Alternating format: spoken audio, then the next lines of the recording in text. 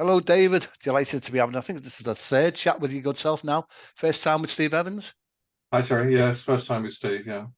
Yeah, it certainly is first time with me. Yeah, good to meet you finally. Terry's told me a lot about you. And thanks. you're in Hamburg, I believe. I'm in Hamburg, yeah. I'm fairly familiar with from my time in Germany over when I was in the forces. But how's Hamburg today anyway? Rainy. Well, that makes a change. It's normally here. It's normally the other way around. We're dry today, actually. It's amazing. We were at a Greek restaurant yesterday evening on the terrace, and it was at 8 o'clock. It was 25 degrees. Oh. Wow. Shirt sleeves, shorts, and today it's been heavy showers, rain, 19 degrees. Yeah. Very unpredictable this year. But Hamburg's a lovely place. Hamburg's a lovely place to live. Did you get to Hamburg while you were here? Yeah, once or twice for a couple of day trips or overnight trips. Yeah, I did. So not very often, but once or twice. Yeah, it was good to see. And where were you stationed? Well, all over Germany, really. You know, I was in Hildesheim for a while, Hanover, Hameln, Munster, Osnabrück, and the list goes on and on. You know, so. Yeah, it was always a good day out to jump in the car and drive up to Hamburg and spend the night there or whatever, you know. Yeah. Can you speak German? Well, it was that long ago since I've left. I've probably forgotten more than. Well, I did used to do all right, you know. I knew quite a lot. I was quite good, but I've forgotten so much of it now. Yeah, you know, I've not been there for a number of years, so yeah. I'm sure I could get by, but you know. Yeah. Terry speaks German as well. He's been learning German. Oh, mine Deutsch, Nick. Mine Deutsch. I won't bother. It's been a while. Anyway, before we focus on your writing, which will be the main focus, tell us what you do to relax. You post, or we shouldn't use the word tweet anymore now, should we? It's changed to post. You post a lot of pictures about your cooking. Some delicious looking recipes. My main platform is Twitter. Yeah. I still won't call it X, but it's Twitter. Yeah. And I was working with somebody on a promotion program, Raymond Norman Raymond, and he disappeared for a while, and then Kathy Wilson pitched up and said that she was taking over some pages from him because he'd had a serious car accident. Oh dear. And when I started working with Kathy, it's completely different. She's always in touch, easy to get in touch with, communicates well, very active, very quick, and very inventive. And we branched out from Twitter to recently to TikTok, which for somebody my age is a bit of a challenge. I couldn't do it, David. No chance. Couldn't get my head around that. Oh. Well, there was a post in from Ali, from the Alliance of Independent Authors, and they were talking about whether TikTok was still possible. Well, it was still possible on TikTok to market books. And there's a book talk. You just log on to TikTok and put a hashtag book talk in, and then you come into an area where it's just about books, but there's still pretty young things, all under 30. And it's more of a personality cult.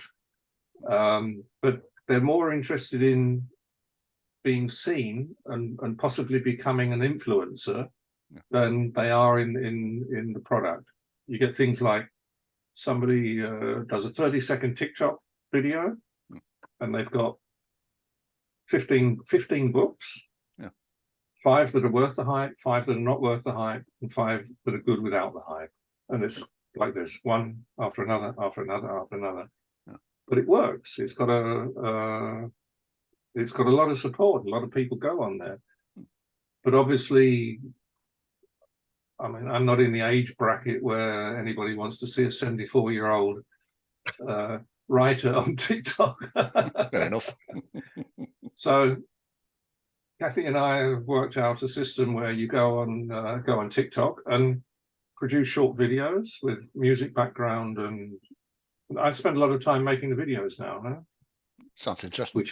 Which is relaxing. But getting back to your question about relaxation, I mean, I do a lot of Nordic walking. I go out in the mornings doing Nordic walking. I work in the afternoons and I write in the afternoons, and cooking. I cook in the evenings, and it's a bit like meditation. When you're really concentrated on what you're doing, then there are no other thoughts that come into your head.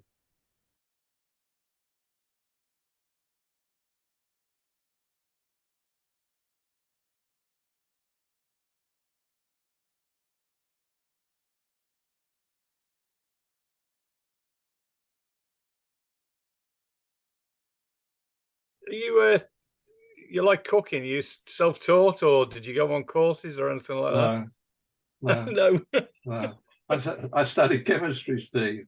And it's the same as cooking. Ingredients. Yeah, you get a recipe with ingredients, and you line them all up. I take all the things out of the cupboards, all the spices and things, line them up. It's like being in a laboratory. You have 10 grams of this and a bit of solvent, and add something else, and the catalyst, and then you cook it, and then you evaporate the solvent off, and you've got a product. And it's the same in the kitchen. Instead of a glass flask, you've got a frying pan. And just hope there's no explosion at the end of it. Yeah. So looking through your profile on your website, davidpipebooks.com, you've traveled a lot, England, South Africa, Geneva, and now you're in Germany. So give us a whistle-top story of your travels, and eventually tell us how you ended up as a resident in Hamburg, of all places. I went to university and did a bachelor's degree in chemistry, and when I finished that, I started working for a pharmaceutical company as an assistant in the laboratory, and that was a time when salaries in the UK were miserable, and my long-term girlfriend had given me the elbow, and I was looking for something new. And the places I wanted to go to were really Australia. My first choice was Australia. My second choice was Canada. And I tried to get to Australia, but they had very strict regulations about who they wanted to have. They wanted builders and masons and carpenters and nurses and doctors, but they didn't want chemists. Canada was the same, and South Africa was the only place that really they were taking everybody, because that was still the apartheid system, and there were sanctions, and they were happy to get everybody. So I have a friend of mine who was also a little bit unhappy living in England. We went together. We emigrated. We actually emigrated, and went over by sea. Got the postboat from Southampton to Cape Town, and then from Cape Town, we spent a couple of days in Cape Town and went up on the train through the Kalahari Desert, steam trains in those days. Had to keep on stopping to take on water and coal and so on to Johannesburg. And then my mate didn't like it, and he had the option to go back, and so he came back to the UK, and I stayed there for 3 years. Then after 3 years, they had the first state of emergency in Soweto. It was the end of apartheid. And I decided to come back. And so while I'd been working in the pharmaceutical industry, we had a consultant who was professor of chemistry at Liverpool University. And I'd ask him if I wanted to do a PhD, would he give me a place? And he said, yeah. So I said, okay, I wrote to him and I said, okay, remember me? And he said, yeah, okay, you can come. And so I went to Liverpool for the first year, did my first year of my PhD in Liverpool. And then after that, he was offered the chair of organic chemistry in Imperial College. And I was married to a South African girl at that time, and she wasn't all that happy living in England at all, because the standard of living wasn't as high as it was in South Africa. And so we decided to go down to London. I went to Imperial College and did my PhD in Imperial College. And then after that, I did a postdoc in Geneva for the World Health Organization. And then moved on to France. I did another postdoc in France, working for another pharmaceutical company on penicillin chemistry. And then went back to the UK, and the lady who is now my ex-wife didn't like it in the UK, still didn't like it in the UK. So I was looking for a job in Europe, and got in touch with my old professor again, and Texaco were looking for people in Germany at that time. So I left the pharmaceutical industry, left the sort of synthetic organic chemistry business, and went into the oil industry. And I've been here since. And we separated and got divorced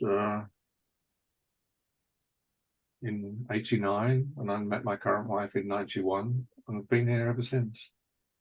I had the very good fortune of being made redundant when I was 53.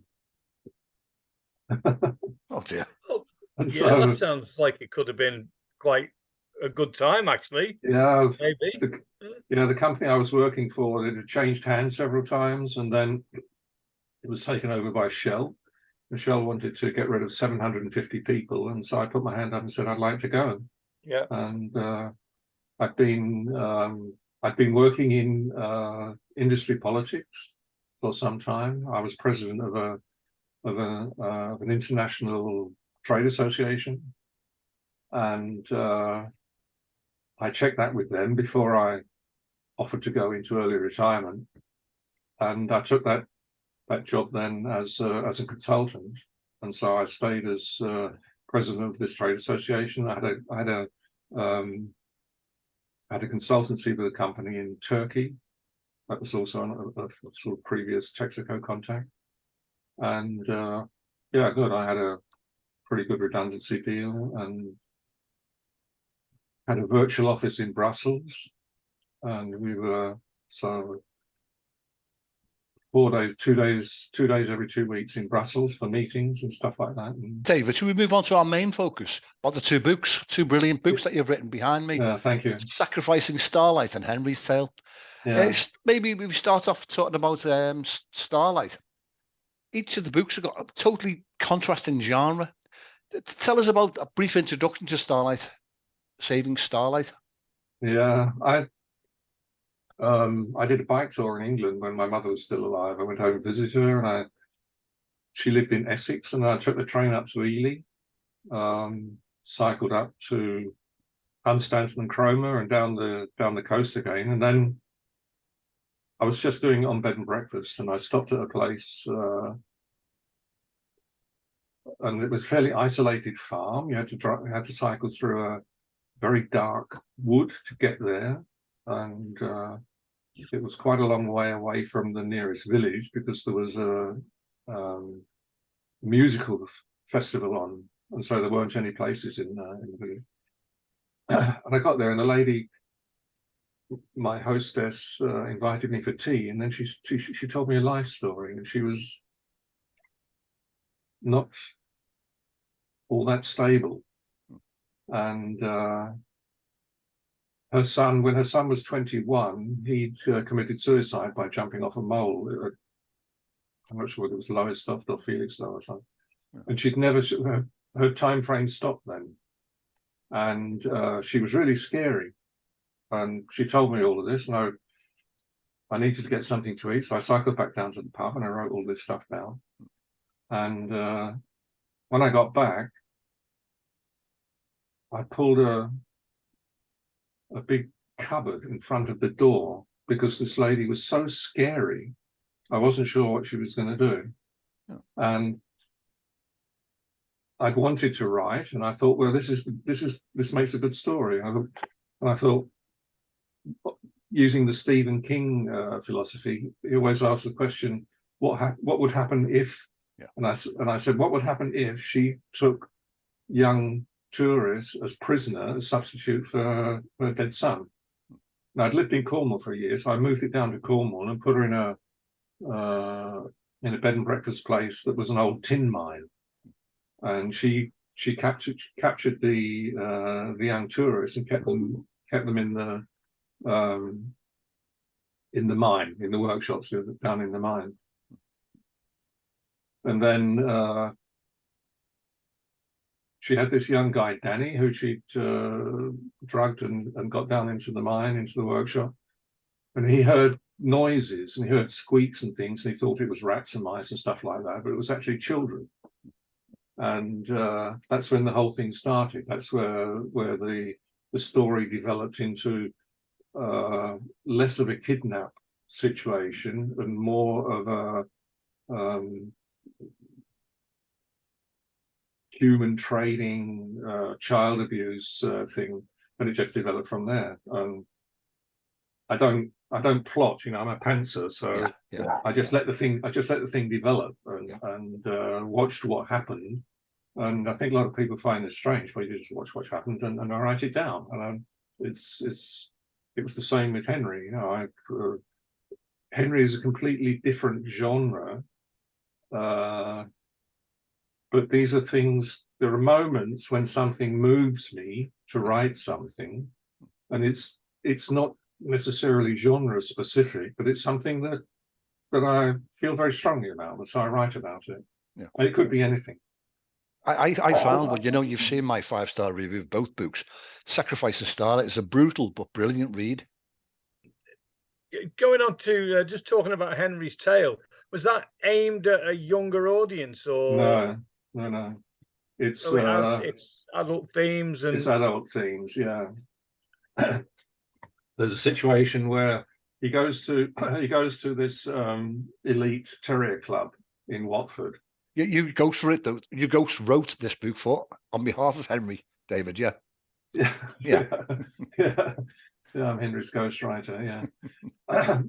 And he goes to this. He's got a mother or an owner who doesn't like dogs, and certainly doesn't want to have anything to do with Henry. And she takes him to this elite terrier club in Watford. And there's a little Yorkshire terrier called Charlie. And Charlie's owner sells dumper trucks in Australia. And so his wife is always alone. And Charlie has lots of uncles who come. And so he takes Henry home, and Henry's got his baby teeth, these very sharp teeth. And so Charlie jumps up onto the work counter in the kitchen and tips a tin over that's full of condoms. And he tells Henry he needs to bite through the condoms to let the air in, otherwise they're going to go moldy. And that's not children's humor. What I liked about it was the new use of a water pistol. How that's used in the book. That made me laugh all the way through. Yeah. No, it's that was also a couple of the people. I had models for a couple of the people who were in there. Jenny, who didn't love him, and I had a model for. I based Jenny on somebody I knew, but the rest of it just falls into place. It just comes. You sit down and write, and it just comes. I remember I had a chat with Terry last night. He told me, just going off the theme of your book slightly, he told me you do a lot of charity work, Sri Lanka. Yeah. We've been going to Sri Lanka for a long time. We used to go over Christmas for Ayurveda treatment. And I think it was in 2003, 2004. I'm not sure when the tsunami was. And that year we didn't go to, I think it was 2004, 2005. And we didn't go to Sri Lanka. And we were in Perth, we were in Western Australia. And there was a very heavy swell. And it was a bit unusual. We were a bit farther down the coast from Perth. And we started getting loads of telephone calls from people to ask if we were okay, because they didn't know we were in Australia. They thought we were in Sri Lanka. And that was when the tsunami hit, and there were over 30,000 people died in Sri Lanka and 12,000 children. And when we eventually went back again, the Ayurveda doctor that was treating us had started a sort of private charity. And the idea is to support the children from families who'd lost everything. Some families lost companies. There were lots of tailoring businesses and tuk-tuk drivers and whatever. No tourism, no business, and so although education is free, there are lots of things that the children need. They need sport equipment, they need shoes, they need books, they need pens and pencils and crayons, and the small ones need toys. And so we took on one child as a start. He was 5 when we started, and he's 17 or 18 now, and he's just finished his GCSEs. And we pay for all of the sort of extra educational needs. And we now have 7, and 2 of them have recently passed their GCSEs, 9 with A's. Brilliant. And the rest of them are coming up. And then there are other things that come up. Recently there was a case with 8 children who had the opportunity to go to a free school, junior school. They were sort of 5, but their parents didn't have enough money for the books for them to go to school. And so we sponsored the books, and then we sponsor a library at a temple, because there's a temple with Sunday school, and the children will go to Sunday school, but they didn't have any books. And so if you have books in Sri Lanka, you need humidity-proof cupboards, and so we bought the cupboards and then supplied the books. It's easy. It's we have a contact. It's not a large organization. There's nobody there sort of renting big properties and buying cars and stuff like that. It's just this guy who does it on his own. We send the money to his bank account, and he sends us pictures of all of the things and tells us what he's doing. It's easy. It's not if you're willing to do something like that. Say if you can afford to go to Sri Lanka on holiday, you can afford €100 a month to support children. David, just to move back to your writing, what are you working on at the moment? Are you still working on the novel The Perfect Day to Die? Yeah. Anywhere near a full draft of that? I've been reading the sample that you sent me. No? Going to the club? Yeah. The answers are yes and no. Yeah. I know exactly what you mean. Yes, I'm still working on it, and no, I'm not anywhere near a draft. I'd written 55,000 words. That's more than halfway.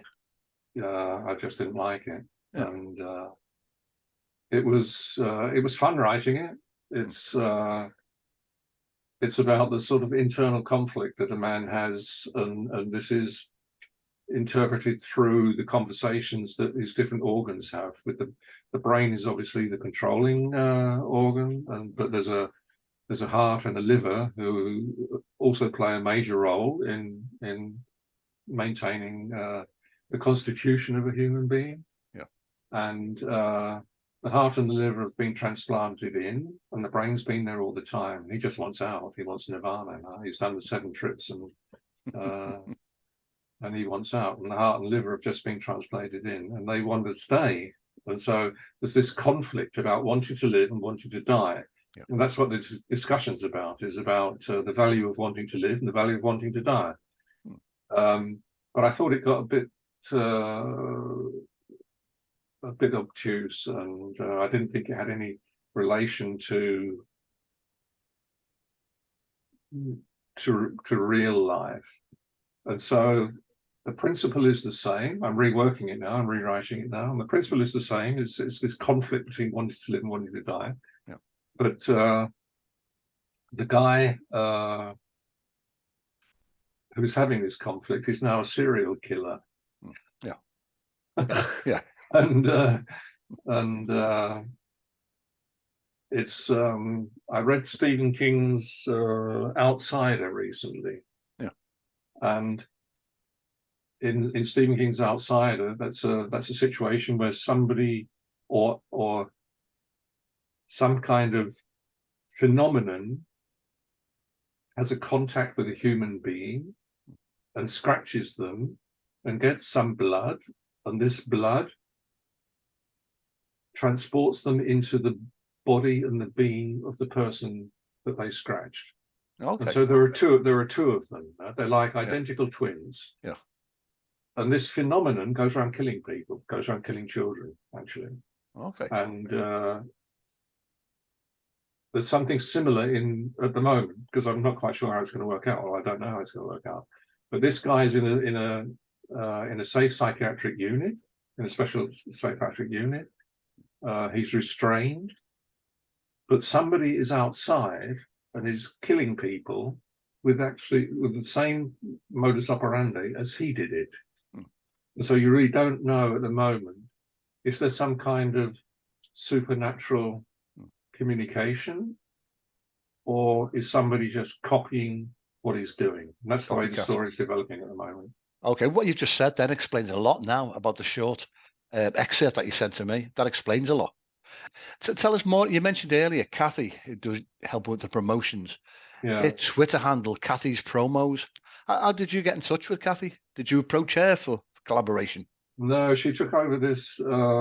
She took over this promotion that I was running when Raymond Norton had his accident. Yeah, and she'd been running an Etsy jewelry business. Yeah, and because of health problems, she had to close this down. And we got into contact more or less through retweeting, and we were retweeting each other's tweets and had some kind of borderline relationship. Yeah. And she took over a page of mine when Raymond had this accident. Yeah. And so we got into contact. And when Raymond didn't reappear, I took out a promotion program with Kathy, which is absolutely amazing. She's so incredibly fast and so inventive and innovative. And we probably chat by DM on Twitter 2 or 3 times a week and talk about what's the possible right way to go and what's the best way to go and how to develop things, and whether TikToks are useful platform or whether Insta's a useful platform. And she develops new pictures and new texts, and within 24 hours or 48 hours, it's absolutely amazing. Yeah. Okay. She's really good. What advice would you give to a new writer coming into the game for the first time? How's the best way to approach writing? I wouldn't. I don't think I would. I don't think there's a best way, but I think if you're going to do it well. I recently bought a really hyped up book. It was an erotic novel, hyped this, can't imagine, and it was terrible. It was terrible. It was the worst. It's the first time I've thrown a book away after 3 pages. In 3 pages, there were 35 unnecessary adverts. Yeah. And I think if you're going to do it well. But how you get in there? I mean, I did internet tuition. I tried these module writing courses, 24 modules, but only one was novels, and so the rest of them weren't really. And I tried all kinds of things. But however you get in there, I think it's important to do it well and to make sure you do it well. I've got an editor. I've got a cover designer. It's expensive, but I think you've got to do it well. If you don't do it well, if you ruin your image in the beginning, then I think you've lost it. That sounds like sensible advice. Yeah. Dave, as we mentioned, time's caught up with us, but it's been an absolute pleasure chatting with you again. And let's keep in touch as we always have been. We'll do that, Jerry. Yeah. Okay. Nice talking to you again. Next one. Thanks for that, David. Thanks, Steve. Yeah, it's nice been a pleasure. Thank you. Yeah. Thank you. Bye. Bye now. Bye.